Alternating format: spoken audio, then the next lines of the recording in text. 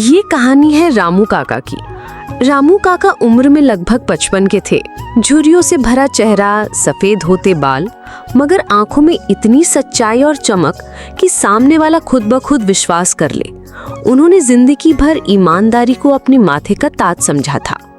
गांव में लोग अक्सर कहते, रामू काका के मुंह से निकली बात पत्थर की लकीर होती है। गांव का माहौल।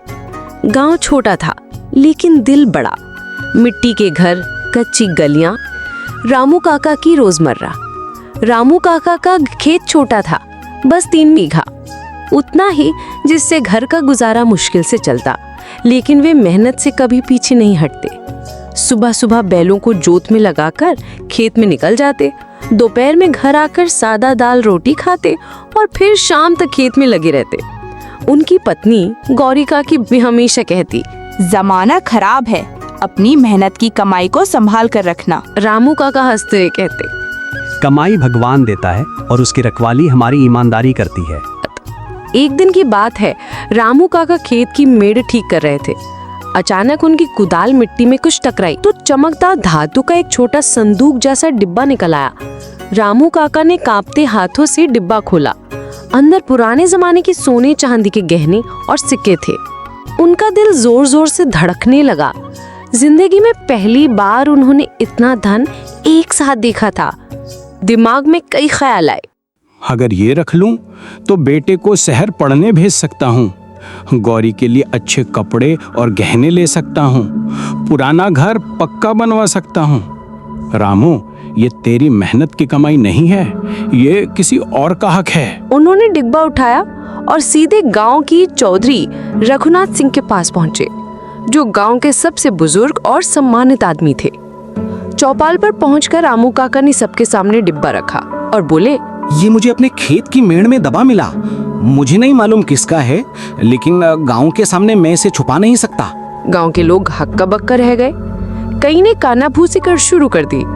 इतना सोना चांदी कोई और होता तो चुपके से रख लेता। चौधरी ने डिब्बा खोलकर देखा और फिर गंभीर स्वर में बोले, रामू, तूने आज साबित कर दिया कि ईमानदारी अब भी जिंदा है। गांव में ढूंढ ढूंढ के पूछा गया तो पता चला कि ये गहने और सिक्के हरिराम पंडित के दादा के थे, जो करीब 50 साल पहले गांव छोड़ के शहर चले गए थे। पंडित जी की पुरानी हवेली अब खंडहर थी। शायद किसी ने जमीन खोदकर वहां दबा दिया होगा, जो बारिश भाड़ में बहकर रामू काका के खेत में पहुंच गया। जब हरिराम पंडित को खबर मिली तो उनकी आंखों में आंसू भर आए। उन्होंने डिब्बा लेकर कहा, रामू भाई, आज तुमने इंसानियत का मान रखा है।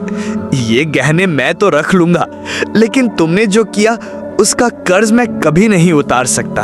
पंडित जी ने रामू काका को इनाम के तौर पर कुछ पैसे और 2 बीघा जमीन देने की कोशिश की, लेकिन रामू काका ने हाथ जोड़ लिए। पंडित जी, मैंने सिर्फ अपना फर्ज निभाया है, इनाम लेने से तो मेरी ईमानदारी सस्ती हो जाएगी। गांव के लोग उस दिन से रामू काका को और भी ज्यादा सम्मान देने लगे।